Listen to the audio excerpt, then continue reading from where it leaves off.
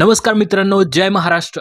मित्रांनो, ज्यांना कधी नॅशनल करप्टेड पार्टी म्हटलं गेलं, ज्यांच्या नेत्यांवर जातीवादी राजकारण आणि लोकांचे घरं फोडल्याचे आरोप झाले, ज्यांच्या अध्यक्षांच्या पुतण्यावर तब्बल 70,000 कोटींच्या सिंचन घोटाळ्याचा आरोप आहे, ज्या राष्ट्रवादी काँग्रेस पक्षाच्या नेत्यांसोबत आज भाजप एकाच खुर्चीवर बसलेली आहे।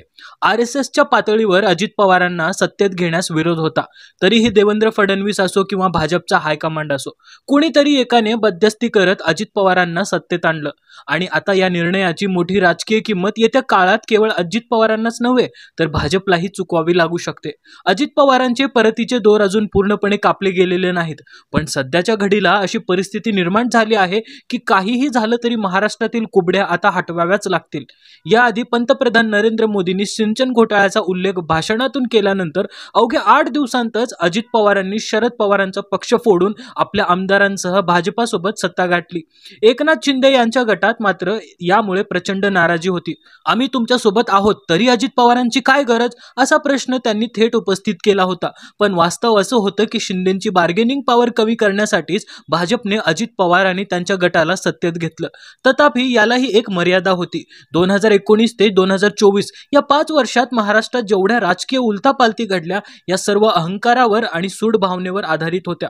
कोणाचा अहंकार जिरवायचं होतं, कोणाला दुसऱ्याला धडा शिकवायचा होता, आणि म्हणूनच सत्तेच्या या खेळात पुन्हा एकदा महाराष्ट्राचं राजकारण उलटलं गेलं। इतिहासात आणि भविष्यात असे राजकीय प्रयोग पुन्हा पाहायला मिळतील असं वाटत नाही। जे काही 5 वर्षात भाजपाने करून दाखवले ते अभूतपूर्व होतं, पण त्या सगळ्या हालचाली, सत्तेचे खेळ आणि आघाड्यांचे फेरबदल अखेर गंगेला मिळाले। या सगळ्यानंतर 2024 ची निवडणूक पार पडली, निकाल लागले, पक्ष ठरले, चिन्ह वाटली, सत्ता सेट झाली। पण त्यानंतर 27 ऑक्टोबरला अमित शहा यांनी दिलेलं विधान, महाराष्ट्रातील कुबड्या हटवल्या पाहिजेत, हे सत्तेच्या समीकरणाला नवीन वळण देणारं ठरलं। या विधानानंतर फक्त 8 दिवसात महाराष्ट्रात पुन्हा एकदा राजकीय हालचालींना वेग आला। एकनाथ शिंदे यांचा पहाटेचा दिल्ली दौरा अजूनही लोकांच्या लक्षात आहे, कारण त्या भेटीत त्यांनी अमित शहांना नव्हे तर थेट पंतप्रधान नरेंद्र मोदींना भेट घेतली होती। काय चर्चा झाली हे अधिकृतपणे कोणी सांगत नाही, पण इतकं मात्र नक्की आहे की सध्या शिंदे गटात असो किंवा अजित पवारांच्या गटात, दोन्हीकडे अस्वस्थता वाढत चालली आहे। अस्वस्थता येत्या दिवसात मोठ्या राजकीय भूकंपाचं कारण ठरू शकते। शरद पवारांनाही आता हे स्पष्टपणे जाणवू लागले की आपण दाखवायचे सगळे पत्ते त्यांनी आधीच उघड केले आहेत। मी आधीच म्हटलं होतं, काका आणि पुतण्या एकमेकांच्या विरोधात गेले आणि लोकसभा निवडणुकीच्या आधी अजित पवारांनी शरद पवारांवर टीका केली होती, पण त्यानंतर अजित पवारांनी पुन्हा कधीही शरद पवारांवर थेट वक्तव्य केलं नाही। यामागचं सर्वात मोठी हिंट म्हणजे शरद पवार स्वतः अजित पवारांवर बोलत नाहीत, कारण अजित पवारांचा जो राजकीय तमाशा सुरू आहे तो चालू द्यावा अशीच भूमिका त्यांनी घेतल्याचं दिसतं। त्यांच्या शांततेमागेही एक राजकीय गणित आहे।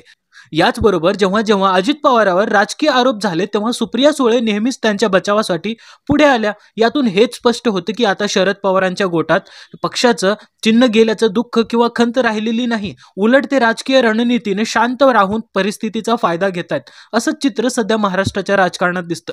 IPS संजना कृष्णा यांच्याबाबत वादग्रस्त वक्तव्य केल्यानंतरही सुप्रिया सुळे यांनी अजित पवारांचं खुलेआम समर्थन केलं।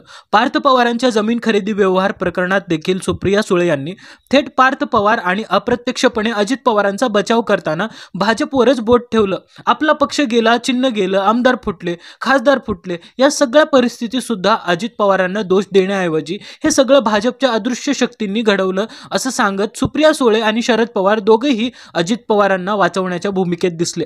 त्यांची भूमिका अशी होती जणू काय अजित पवार हे घरातले एक शिस्तप्रिय माणूस आहेत, पण त्यांची संगत काही खोडकर मित्रांबरोबर लागली आणि त्यामुळे ते चुकीच्या मार्गावर गेले, अशा सुरात अजित पवारांचा बचाव केला जात होता।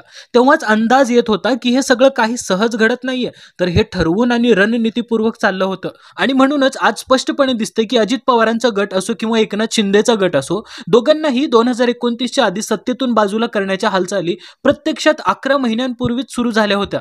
2019 ची निवडणूक स्वबळावर लढवली जाईल हा अमित शहांचा 27 ऑक्टोबरचा स्पष्ट संदेश आणि त्याच दिवशी केलेलं विधान, महाराष्ट्रातील कुबड्या हटवायच्यात, या दोन्ही गोष्टींची राज्याच्या राजकारणात भूकंप घडवला। त्याच सुमारास पार्थ पवारांचा जमीन घोटाळा समोर आला। मग मोठा प्रश्न असा की ही कागदपत्र लीक कोणी करतंय? राजकीय वर्तुळात चर्चा अशी आहे की हे सगळं सत्ताधाऱ्यांच्याच घरातून होतंय. शिंदे सेना असो किंवा अजित पवारांचा पक्ष असो किंवा स्वतः भाजप असो, एकमेकांच्या उणीधुणी काढण्याचं आणि गुप्त कागदपत्र बाहेर सोडण्याचं काम सत्तेतलेच मंत्री आणि आमदार करत आहेत. कारण तशी ताकद आणि पोहोच त्यांच्याकडेच आहे. आणि गेम ऑफ द पॉवर म्हणजे एकमेकांना अडचणीत आणण्याच्या नादात परिस्थिती इतकी गुंतागुंतीची झाली आहे की अजित पवारांना राजीनामा द्यावा लागू शकतो अशी चर्चा आता जोर धरू लागली आहे. आधीच त्यांच्या गटातील अनेक आमदार आणि मंत्री विविध चौकशीत अडकले आहेत. त्यातलेच एक माणिकराव कोकाटे, ज्यांचं मंत्रिपद अक्षरशः शेवटच्या क्षणी वाचवलं. यावरून इतकं तरी स्पष्ट होतं की भाजप, शिंदे गट आणि अजित पवार गट या तिघांमध्ये सध्या विश्वासापेक्षा संशय आणि सत्तेसाठीच अंतर्गत युद्ध अगदी तीव्र झालेलं आहे. धनंजय मुंडे कितीही प्रयत्न करत असले तरी ते पुन्हा राजकीय पटरीवर येण्यात अपयशी ठरत आहेत. दुसरीकडे छगन भुजबळ यांनी ओबीसी समाजाच्या बाजूने ठाम भूमिका घेतली. ओबीसी मतदारांना आपल्या बाजूला वळवलं, पण तेही आता फुटल्यातच जमा आहे.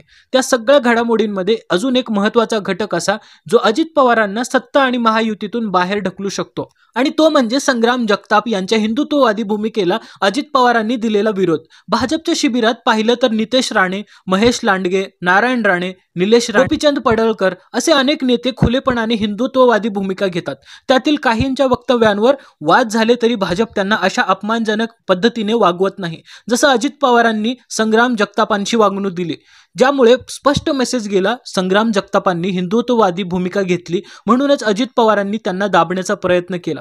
हा संदेश आता फक्त भाजपपर्यंतच मर्यादित राहिलेला नाही, तर महायुतीच्या आतल्या गोटातही चर्चा सुरू झाली आहे की अजित पवारांचं वर्तन आणि विचारसरणी हेच त्यांच्यासाठी येत्या काळात राजकीय संकट ठरू शकतात. अजित पवारांना महायुतीतून बाहेर काढण्यासाठी आता हिंदुत्व हा सर्वात सोपा आणि प्रभावी मुद्दा ठरू शकतो. भाजपकडून अशीच एक ठरलेली भूमिका पुढे येऊ शकते. आम्ही अजित पवारांना सामावून घेण्याचा प्रयत्न केला, पण त्या हिंदुत्वाच्या मुद्द्यांवर आमच्या कधीच एकमत झालेले नाहीत. त्यामुळे आता त्यांना महायुतीतून बाहेर काढण्याशिवाय पर्याय नाही. या भूमिकेमुळे भाजपवर गरज संपली म्हणून सोडून दिलं असा आरोप होणार नाही. उलट ते दाखवू शकतील की हिंदुत्वाच्या बाबतीत आम्ही कोणाशीही तडजोड करणार नाही. यामुळे भाजपाला नैतिक आणि विचारधारात्मक बाजू बळकट करता येतील आणि अजित पवारांना बाजूला करण्यासाठी हा योग्य राजकीय बहाणा ठरू शकतो. याच वेळी पार्थ पवारांच्या जमीन व्यवहार प्रकरणाने परिस्थिती आणखीन गुंतागुंतीची केली आहे. हा व्यवहार मीडिया कंपनीच्या माध्यमातून झाला, ज्यात पार्थ पवारांचे 99% शेअर्स आहेत. तरीही आजवर पार्थ पवारांवर कोणताही गुन्हा दाखल झालेला नाही आणि प्रत्येक वेळी त्यांचा बचाव करताना रोहित पवार, सुप्रिया सुळे आणि अजित पवार स्वतः पुढे येतात. सर्वात महत्त्वाचं म्हणजे राष्ट्रवादी म्हणजे शरद पवार गट अजित पवारांच्या राजीनाम्याची मागणी करत नाही. यावरून स्पष्ट दिसतं की शरद पवार गट अजूनही अजित पवारांविषयी मऊ भूमिका घेत आहे आणि हीच गोष्ट भाजपाला पुढील राजकीय खेळासाठी मोठा मुद्दा बनवू शकतो. जेवढे घोटाळे आतापर्यंत समोर आले त्यानंतर अजित पवारांचं अलीकडचं वक्तव्य लक्ष वेधून घेतं. माझ्या नातेवाईकांच्या मागेही ईडी आणि सीबीआयच्या चौकशा लागल्या आहेत, त्यामुळे मला खूप त्रास होतो. आता नातेवाईक म्हटलं की संदर्भ स्पष्ट आहे. काही दिवसांपूर्वी रोहित पवारांची ईडी चौकशी झाली होती.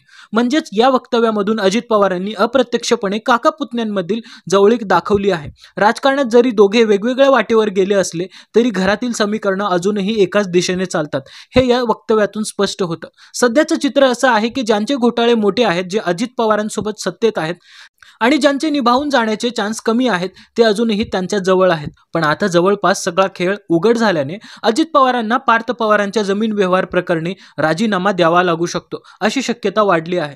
कारण एक सोपा प्रश्न उभा राहतो, अजित पवार स्वतः सत्तेत असताना पार्थ पवारांची निष्पक्ष चौकशी कशी होणार? आणि त्यामुळे जेवढं झाकायचं होतं, जेवढं दाबायचं होतं ते सगळे डाव आता उघड झालेत. लक्षात ठेवा मित्रांनो, पुढच्या काही महिन्यातील हालचाली गेम चेंजर ठरणार आहेत.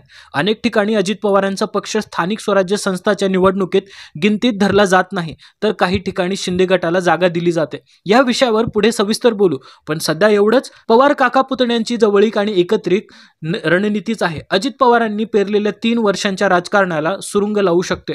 मित्रांनो, तुमचं मत काय आहे? कमेंट सेक्शनमध्ये नक्की व्यक्त व्हा आणि अशाच माहितीपूर्ण राजकीय विश्लेषणासाठी आपलं चॅनल आवर्जून सबस्क्राईब करा. तोपर्यंत भेटूया पुढच्या व्हिडिओमध्ये. जय हिंद, जय महाराष्ट्र.